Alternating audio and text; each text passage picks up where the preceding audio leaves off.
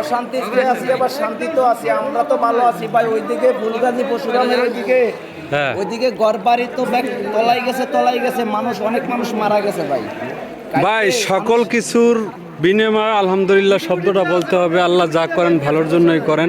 এই যে দেখেন, আবাসিক এলাকা ফেনী গার্লস ক্যাডেট কলেজ, ঠিক আছে।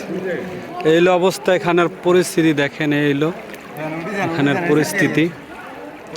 তো সবাই এদের জন্য দোয়া করবেন, দোয়া ছাড়া আর কিছু আমরা করতে পারবো না।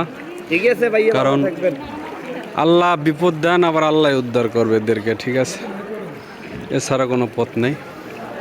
দেখেন প্রচুর মানুষ, যেখানে হৃদয় ভাই আছে, হৃদয় ভাই সবার সাথে কথা বলতেছে। তাহলে সাইডে কি অবস্থা ভাই? এইটাই ভাই, এইখান থেকে যে রোড থেকে বিশাল বিশাল গাড়ি চলে, ওই রোড থেকে বড় বড় জাহাজ যাইতেছে, বোঝেন না কিভাবে পানি হয়েছে।